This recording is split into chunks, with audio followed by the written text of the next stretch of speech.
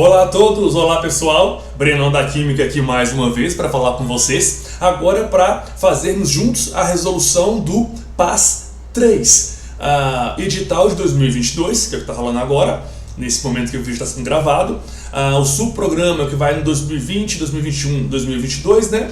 E essa prova foi uma prova muito bem estruturada, não fugiu do esperado, equilíbrio químico, pH, química orgânica, polímeros, função, energia livre de Gibbs e sua relação com espontaneidade e potencial padrão para uma pilha. Então a prova está muito bem feita.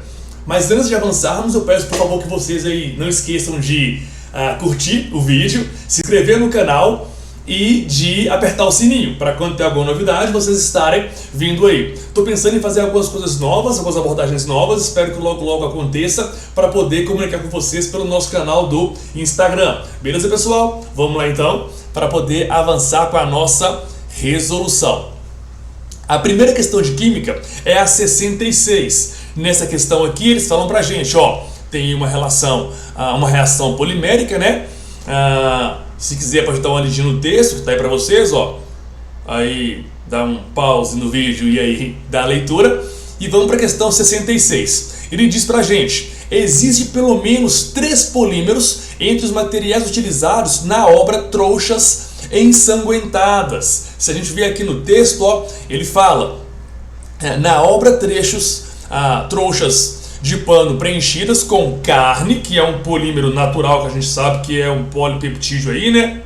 Uma proteína, ossos, não sangue, comida, cabelo, unha, borracha, plástico, tudo isso aí podem ser abordagens para polímeros. Então aqui a gente já pode trazer para esse item que ele é um item correto.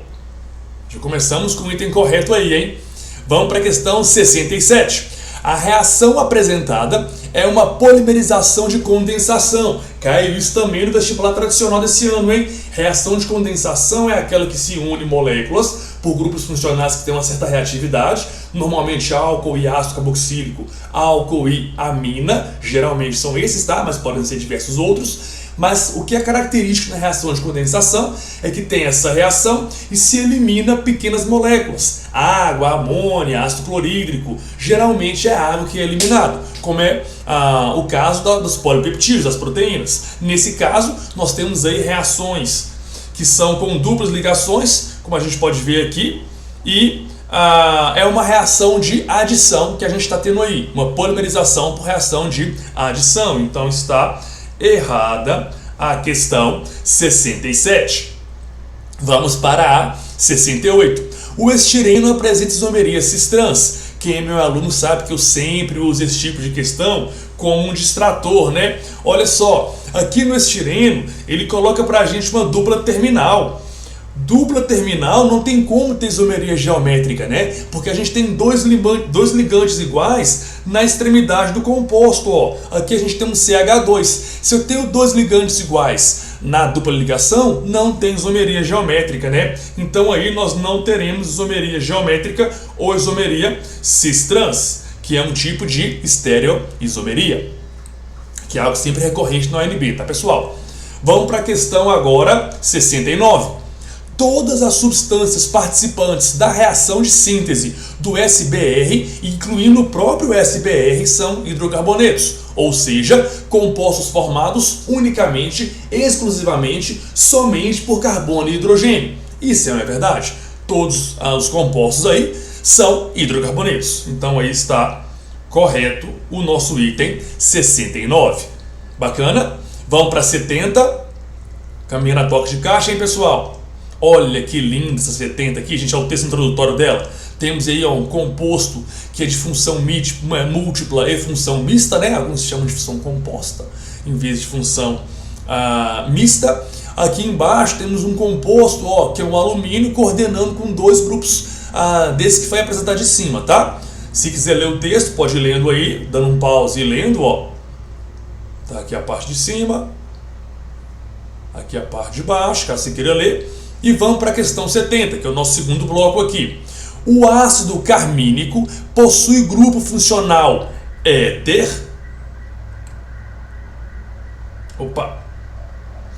Possui grupo funcional éter, mas o complexo ácido carmínico alumínio não. Ó, aqui a gente tem no ácido carmínico, olha a nossa função éter aqui, ó. Oxigênio entre carbonos. Se a gente vier aqui embaixo, olha aqui, ó, só que na forma cadeira que a gente chama, né? Que é outra forma de apresentar o ciclo hexano aí. Olha aqui embaixo também, ó.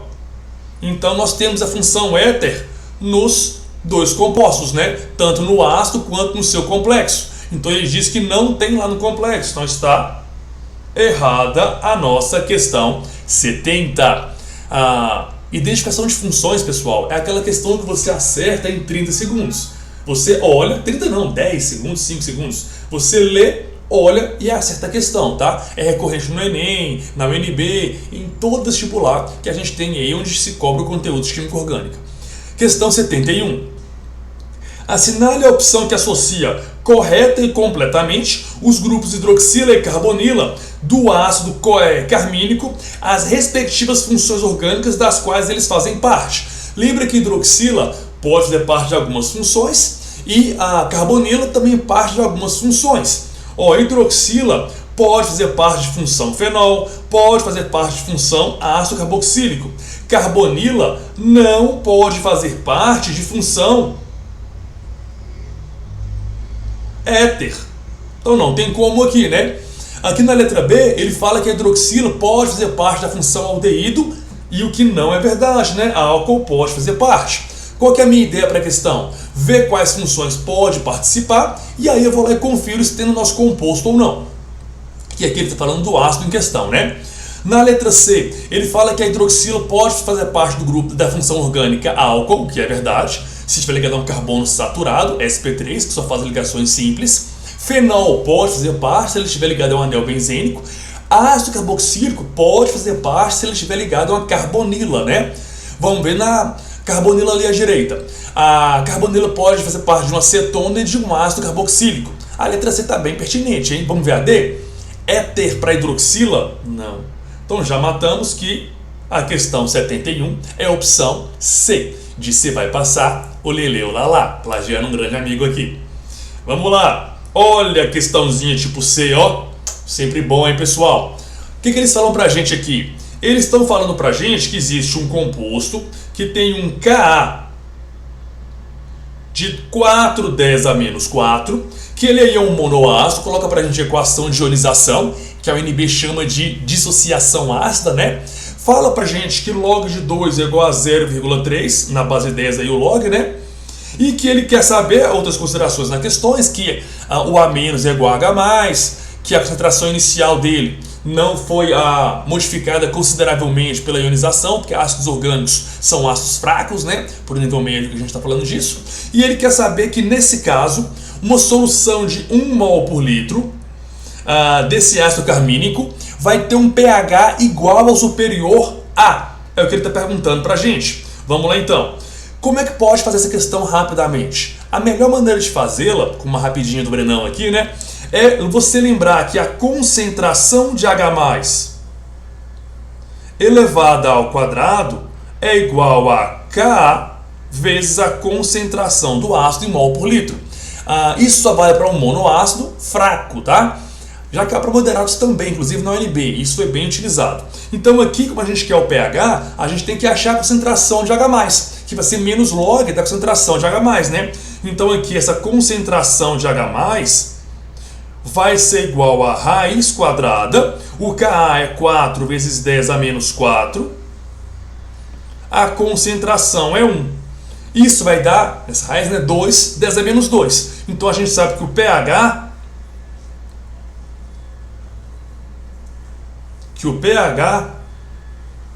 opa, vamos arrumar aqui para ficar bonitinho. Vamos lá. Vamos, isso. O pH vai ser igual a menos log da concentração de H+, que aqui a gente já achou que é 2, vezes 10 a menos 2. Então isso vai dar menos log de 2 vezes 10 a menos 2. Ou, se preferir, já pode fazer menos log de 2. O log de um produto é igual a soma dos logs, né? Mais log de 10 a menos 2. Log de 2 vale 0,3. Log de 10 a menos 2 dá menos 2. Então, 0,3. Vamos colocar aqui. Então, esse pH vai ser igual a menos 0,3 menos 2. Então, vai dar menos 1,7. Com esse menos de fora, o pH vai ser igual a 1,7. Vamos ver qual é a resposta que a gente vai optar. Ele quer saber que o pH vai ser igual ou superior a. Ele vai ser igual a 0 e inferior a 2? Sim, porque deu 1,7, né? Que é inferior a 2. Na letra B, já é 2 ou inferior a 4, entre 2 e 4. Na C, entre 4 e 6. Na D, 6. Então, a letra A de A, um sentimento não opcional. Galera, vocês estão percebendo aí que nessa prova, assim como as demais do PAS 3 e da UNB como um todo, né, ela está fazendo abordagens aí que são convencionais, né, de equilíbrio, de função, de polimerização, nada inovador. O que está começando a inovar aqui é que ele dá respostas mais qualitativas, em intervalos ou coisas desse tipo, o que é muito bom para facilitar aproximações, caso você precise ao longo da prova. Mas aqui tem sido tranquilo, né? Essa foi a questão 72. A nossa próxima questão vai ser a questão... cadê ela? 73. Quase que eu não vejo aqui, né? 73, que está aqui, ó. O que ele fala pra gente? Considere que para compor uma obra artística, um artista plástico necessita preparar 5 litros de uma suspensão, temos o volume então de 5 litros, aquosa de carmim com concentração de 2 mol por litro. E ele fala pra gente ainda que ele tem uma massa molar de 1083 gramas por mol. Então, ele pede pra gente aqui, nesse caso, né, nessa situação, calcule a massa em quilos, que está em negrito aí já, calcule a massa em quilos de pigmento que o artista terá que utilizar para preparar a suspensão desejada. Multiplica o resultado por 10, não pode esquecer isso aqui, tá, gente? Não pode esquecer isso de forma alguma. E despreze caso exista parte fracionária dos resultados obtidos. Então aqui, como que a gente vai fazer isso? A gente tem o volume, a gente tem a concentração e quantidade de matéria por volume, né, que é em mol por litro, e tem a massa molar, e ele quer a massa. A melhor maneira de fazer isso aí é lembrar daquela expressão que eu falo muito em sala de aula, né, que é aquela: comi, Maria, mole, 1000, diarreias tive. E aí, nesse contexto, a gente vai utilizar uma parte dela, que é a comi Maria mole, que ela vai estar relacionando concentração comum, que é em grama por litro, a massa molar, que é em grama por mol, e a concentração e quantidade de matéria, que é em mol por litro. Aqui a gente vai separar essa concentração comum, porque ele quer a massa e deu para a gente o volume, né? Então aqui, essa massa, que é o objeto de desejo, sobre o volume, que são 5 litros, isso vai ser igual a massa molar, que ele diz pra gente que é de 1083, vezes a concentração em mol por litro, que está aqui, que é de 2 mol por litro. Passa esse 5 aqui multiplicando, 5 vezes 2 vai dar 10, então essa minha massa ela vai ser igual a 10 que multiplica 1083, ou seja, 1083 gramas. Como ele quer em quilos, é só a gente dividir por 1000. 1, 2, 3. 10,83 quilos. Ele quer que multiplique por 10 para ter a resposta, né? Então, se a gente multiplicar agora por 10, nós teremos como resposta 108,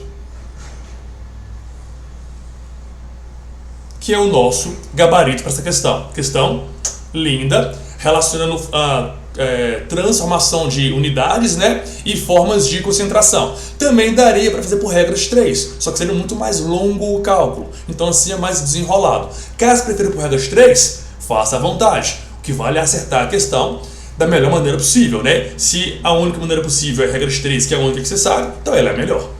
Vamos lá, questão 89. Vamos que vamos, pessoas, vamos avançando aqui.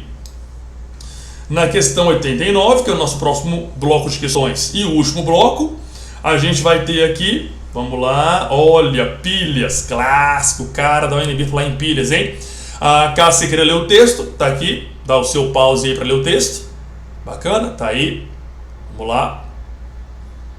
E agora vamos, questão 89, ele fala pra gente: nas reações em apreço, o LiC6 é o agente oxidante. Peraí, agente oxidante é aquele que sofre redução e oxida o outro. Se você vê aqui, o LiC6 aqui, nós temos isso, o lítio com NOx mais 1 e o C6 com NOx menos 1. São aglomerados de carbonos aí, né? E percebe que ele está...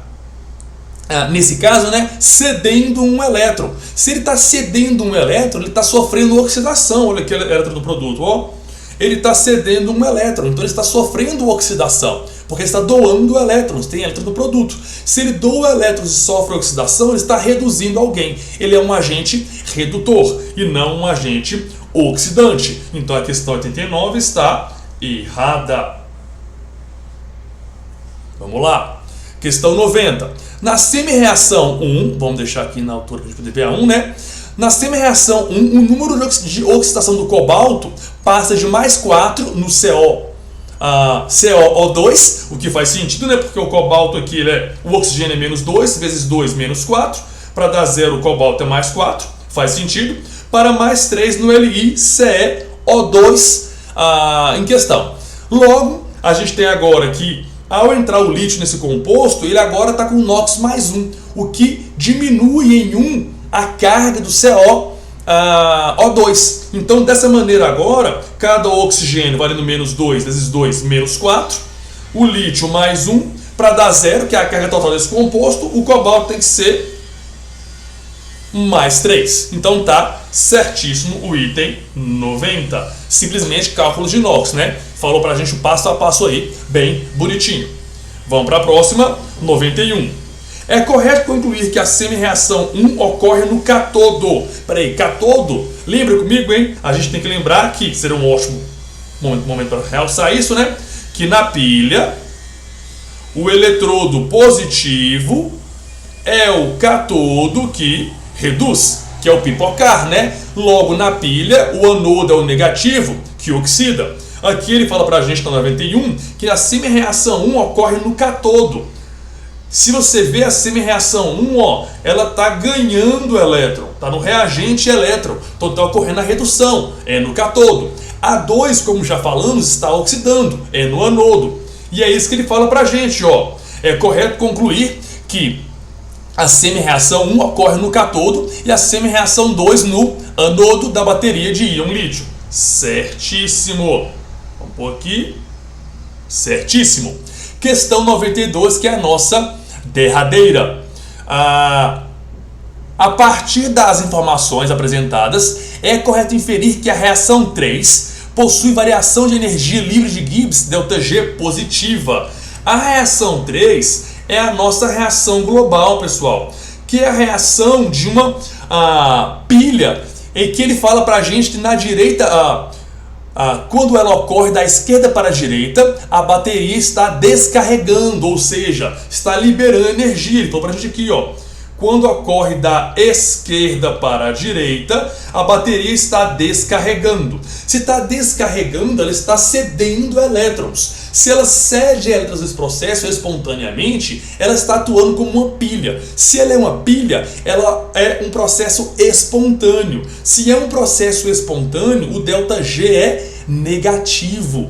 Lembra aí que a gente pode falar disso da seguinte maneira: ΔG, dentre as várias formas de relacionar isso aí, né? A mais comum é ΔH menos T ΔS, mas não é para essa questão. Ela é igual a menos N F ΔE.